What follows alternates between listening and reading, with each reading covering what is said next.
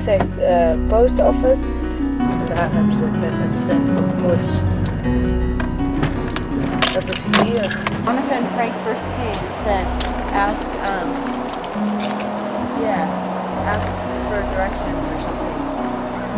Als ze daarmee speelden, was ze dan een Combination dials on. Yeah, okay, yeah, the picture does have that, but like the numbers look the same. Yeah. You're right, I think the picture does show the combination. 5, 6 years ago, somebody broke in here, kind of. Laura is nou die mevrouw aan het uitleggen. Er zat namelijk Fred een e-mail gisteren gestuurd om te zien om uit te leggen waar het is, waar ze wonen. En ze wijst deze weg uit. Niet veel te zien als een grote berg, mijn bomen. If I go any further, we're gonna get stuck. And I gotta back up this whole road, which backing up is not my forte. This is the road where Pat and Fred lived. Sorry, Matt, about your car. I think you might kill me when you see this. We didn't drive like this the whole way. It was only a short little bit. We didn't wreck your car. It still works, see? And we're still alive, as you'll see when you see this. Yeah, but this is the road where Pat and Fred lived and Annika and Steph stayed. I guess the house is torn down. The lady at the post office told us the house is torn down and it's all gone. So yeah, there we go. It's gone.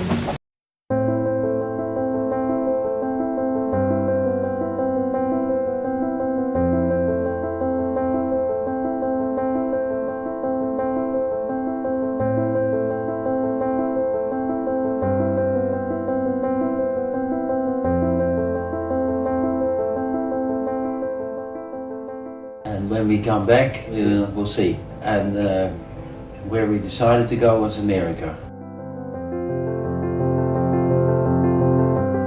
And our first stop to New York. And from New York, we took a bus to Toronto. Yeah, we stayed at my uncle's place of the actual brother of my mother, in a farm. It was really great, and I met my nephews, my nieces for the first time. Welcome to stay there, but we wanted to go and see the world. That's what we came for. So we took a bus to San Francisco, but it was a couple of days. Then it was kind of exciting where we would stay every night. You never know where we would end up. We got to know some people there. We stayed at people's houses. We met this couple, Jesse and I forget the girl's name. So they were coke addicts. So that was the first time in our life that we also did some. I remember we had a lot of stuff in the backpack, getting too heavy to walk around with. And we thought of a place, oh, we can sell that, And I remember something of the pawn shops. So I asked Jesse, you know what porno? Porno? You know what porno? I have to cut this out. This is the net version. Yeah, anyway, we kind of enjoyed them. Or also, it was time to move. The nicest place that Annika liked the most was, it's called Big Sur. You could sleep on the beach. We went hitchhiking from campsite to campsite, and we visited Los Angeles. Around that time, we met some people that were talking about the rainbow gathering. We had this hitchhike from this guy who didn't know actually where he wanted to go. He was just on the road, didn't have any real plans or so, and we told him about the hippie gathering. He said, okay, I'm going there also, I want to see that. And, he had this truck. We picked up more hitchhikers along the way. There was a couple of other guys, and one from Texas, and they loved their drink. So the whiskey bottle was going back and forth from the driver back to the thing, and we were all there. in that truck on the road. Now the driver, after he became drunk a bit, he became also crazy. He didn't let anybody else drive. Halfway somewhere, we decided to quit with the ride anymore. I mean, they said, drop us off, we're going to hitchhike by ourselves. Said, no way, I'm going to keep going. And Anneke was going, no, I want to stop now, go back and everything. Oh, you want to go back, do you? So he went a bit crazy and turned the wheel around on the middle of the highway. Yeah, with all these people in it, yeah. He said, oh, we don't do that in Holland. No, that's the way we do it here. So, after a while, the people were able to stop him. Yeah, we're in the middle of nowhere, at a pump station. I remember this, there was also this half Indian bloke, and he was getting angry at the driver person. They got into more or less a fight, and I remember him, the Indian bloke with a knife running after him around the truck like that. And he was waving his knife at him. I don't remember how it actually ended, but I know Anneke and I ended up staying at the gas station and slept out in the desert.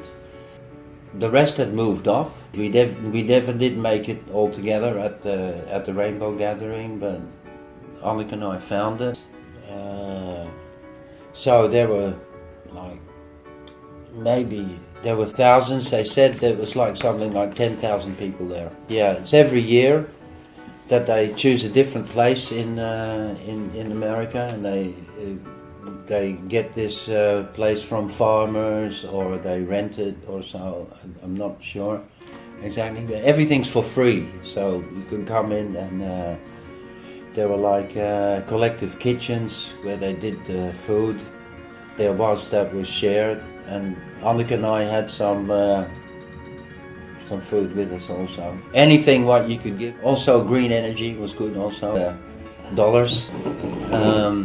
So what you could give, and people who had nothing didn't have to give anything. And there was dancing with the fires every night, under the full moon. Yeah, dancing, music. There were workshops that did yoga and stuff like that. Anneke didn't like the food anymore, and it was getting on her nerves a bit, all that partying, and so she didn't like it that much anymore. It was too wild, I think, also, and the food was running out, and at a certain moment all we had to eat was watermelon. That's how we decided to leave. Then we left for we don't know what. We didn't know what to do. We just thought we'd continue our trip, and we decided to go to Stone Trees. Yeah, and in that desert, staying there was a campsite there also. I said to Anneke, well, I don't want to stay here, that's for sure. We lived there in the houses, and they were lying on the side of the road, just drunk. It was poor and poverty to see that. I didn't want to stay there, but Anneke got to know some people and said, I don't want to leave, I'm staying here. No, and then we got into a little bit of a fight. So I said, well, I'm going. First, more or less, disagreement that we had. Maybe a bit tired of each other also. So we left each other for a few days. And we did make an appointment to meet up again. So anything happens, we meet up here. I don't remember exactly what happened or what I did, but I think we met up where I left Anneke. I went back for her. And it was okay. Yeah, decided to leave. And this is where we got tired of hitchhiking, so we took a bus. And from there on, it was the Greyhound bus to Phoenix. So in Phoenix, we stayed. We stayed a night outside the road somewhere. And I remember we went into town. like that, and we were backpacking it, and we were stopped by the police, huh? Or maybe it was a small town just outside of Phoenix, but the police said, oh, we'll help you along the way, huh? They didn't like us walking around there, and I know that, so said, yeah, we're hitchhiking, we're trying to go there and there and there. Okay, he said, well, we'll help you, huh? They said, oh, that's great, you know, the police help. So they put us out town, about 10 miles, in the middle of the desert, and they said goodbye. Just wait for your next ride. They just took us out of town, eh? Yeah. After that, I remember we coming into Las Vegas. From Las Vegas. Actually, we liked it. We just stayed awake all night. Had breakfast in the morning. Almost free, or for $2 or so, we had the whole breakfast. Just walking around in the casinos. I remember coming in the evening and we looked at the temperature. Wow, it was still that hot, you know, in the middle of the night. A couple of days, huh? And just walked around, eh? We didn't do any gambling, but you know, just looked around and had the cheap breakfast and the cheap food. After that, we went up north, huh? Straight up north, I think, because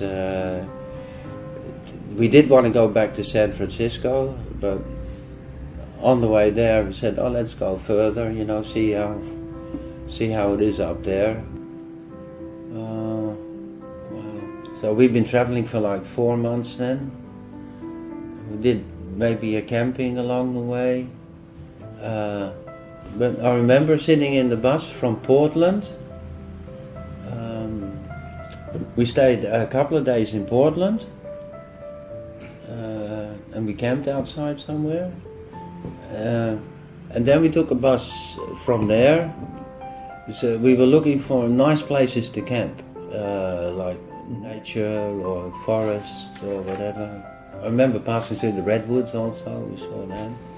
Yeah, we hitched on that. I hitchhiked on the way. Oh yeah. Yeah, I remember we wanted to go back to that, to those people, Jesse and the other guy. Second thought we didn't do that. So, and I remember driving on the road in the bus, and we said, well, let's go out here. This looks nice here for the camping, and people said there were waterfalls there, and nice forest, nice camping. So we just stepped out, and that was Bridal Veil. Well, I suppose the rest is history. Yeah, certainly. Yeah, only Patricia. We asked Patricia where there's a campsite. We stepped out the bus and came to that post office. It was the only place there. Said, well, this is Bridal Veil, but you know, I'll ask my husband. He knows maybe the campsites. He can tell you. Yeah? But we got to talking and blah blah blah. And they invited us. They invited us in. You can stay at our house at least for the first night. We'll see, and we'll go out for a camping. We'll find one tomorrow for you. Blah